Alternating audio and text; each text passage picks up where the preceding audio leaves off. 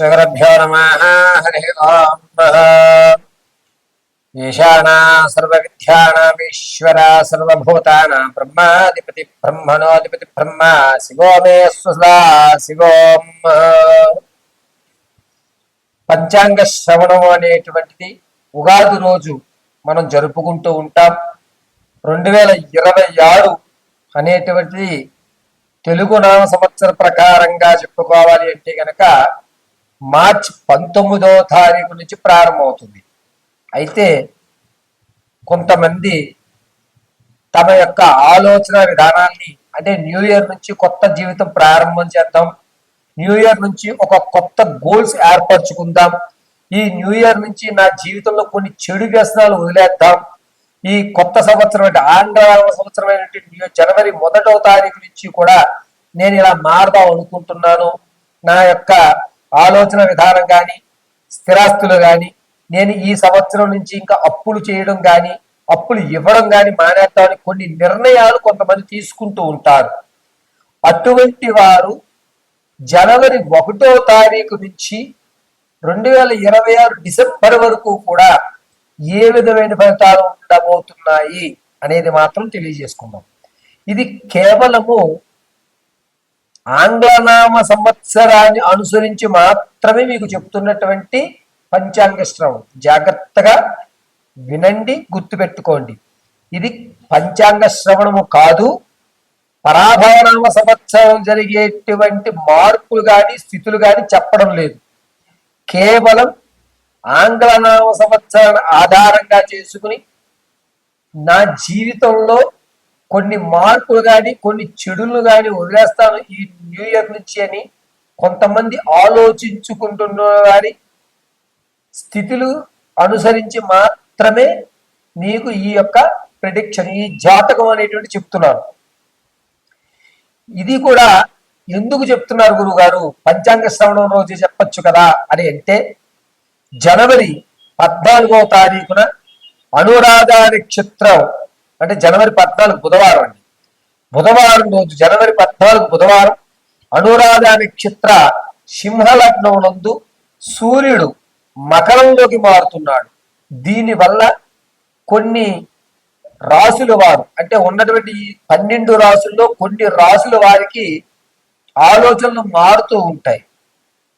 అయితే ఈ ఆలోచన ఏ విధంగా మారబోతోంది అనేటువంటి విషయం, ఈ మారినటువంటి ఆలోచన వల్ల మీరు తీసుకునే నిర్ణయాలకి వల్ల మీరు అప్పులు పాలవుతారా, లేకపోతే విదేశాలకు వెళ్ళి స్థిరపడేటువంటి అవకాశం ఉంటుందా, లేకపోతే ఏదన్నా వివాహం జరగడం లేదు ఈ సంవత్సరం వివాహం జరిగే అవకాశం ఉందా అనేటువంటి ఖచ్చితంగా రవి సంక్రమణ తదనంతరం మనలో కొన్ని మార్పులు సంభవిస్తాయి.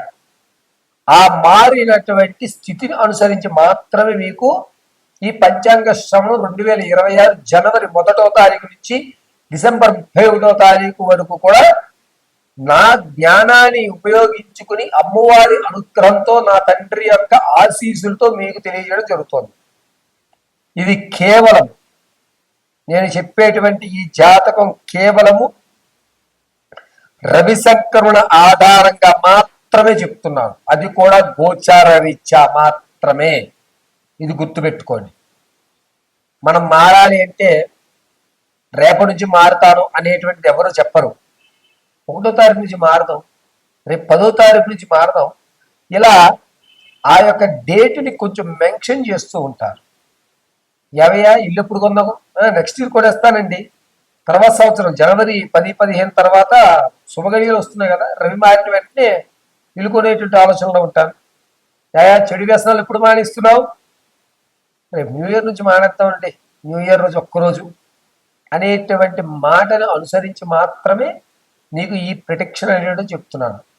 అయితే 2026 మార్చి 19వ తారీఖు గురువారం నుంచి పరాభవనామ సంవత్సరం వస్తుంది కాబట్టి దాని ముందులో మీకు పంచాంగ శ్రవణం చేసి గ్రహణాలు ఇప్పుడు వస్తున్నాయి, ఎన్ని గ్రహణాలు ఉన్నాయి, ఈ గ్రహణాల్లో ఏ రాసుల వారికి ఇబ్బందులు కలుగుతున్నాయి, రాజు మంత్రి సైన్యాధిపతి శయ్యాధిపతి షష్ఠమాధిపతి ఎవరు ఉన్నారు, వారి యొక్క ఆలోచన విధానాన్ని బట్టి పరాభవనామ సంవత్సరం ఏ విధమైన మార్పు జరుగుతున్నాయి అనేది మనం రానున్న రోజుల్లో అంటే మార్చి 1వ తారీఖున తెలియజేసుకుందాం. ఇప్పుడు కేవలము ఆంగ్లనామ సంవత్సరం ఆధారంగా జనవరి 14వ తారీఖు బుధవారం రోజు అనురాధ నక్షత్రంలో సింహలగ్నంలో సూర్యుడు మకరంలోకి మారడం అనేటువంటి దాన్ని బేస్ చేసి మాత్రమే గోచార రీత్యా మీకు ప్రిడిక్షన్ చెప్పడం జరుగుతుంది. ఇది కేవలం గోచార రీత్యా మాత్రమే. మీ వ్యక్తిగతమైనటువంటి విషయాన్ని తెలుసుకోవడానికి కింద స్క్రోల్ అవుతున్న నెంబర్ సంప్రదించండి. ఇలా సంప్రదించి date of birth, time, place of birth మాకు వాట్సాప్ చేయడం, దాన్ని అనుసరించి మీ పూర్తి జాతకాన్ని వివరించడం జరుగుతుంది. డేట్ ఆఫ్ బర్త్ తెలియకపోతే మీ యొక్క ఫోటో ఆధారంగా మేము అడిగేటువంటి 3 ప్రశ్నలకు మీరు చెప్పేటువంటి సమాధానాల ఆధారంగా మీ పూర్తి జాతకాన్ని, అసలు భవిష్యత్తు ఉంటుందా, భవిష్యత్తులో నాకంటూ కొన్ని పేజీలను నేను లిఖించగలుగుతానా, అనుకున్నటువంటి అమ్మాయిని వివాహం చేసుకోగలుగుతానా, ఆర్థికంగా నిలబడగలుగుతానా, ఆరోగ్య సమస్యల నుంచి బయటపడగలుగుతానా, ఏ విధమైనటువంటి దేవతారాధన, ఏ విధమైనటువంటి దానాలు, ఏ విధమైనటువంటి పుణ్యక్షేత్రాలు నేను ధరిస్తే నాకు లాభదాయకంగా ఉంటుంది, అందరికంటే నాకు ఒక గుర్తింపు సమాజం ఎప్పుడు కలుగుతుంది అనేటువంటివి పూర్తిగా మీకు వివరించి చెప్పడం జరుగుతుంది.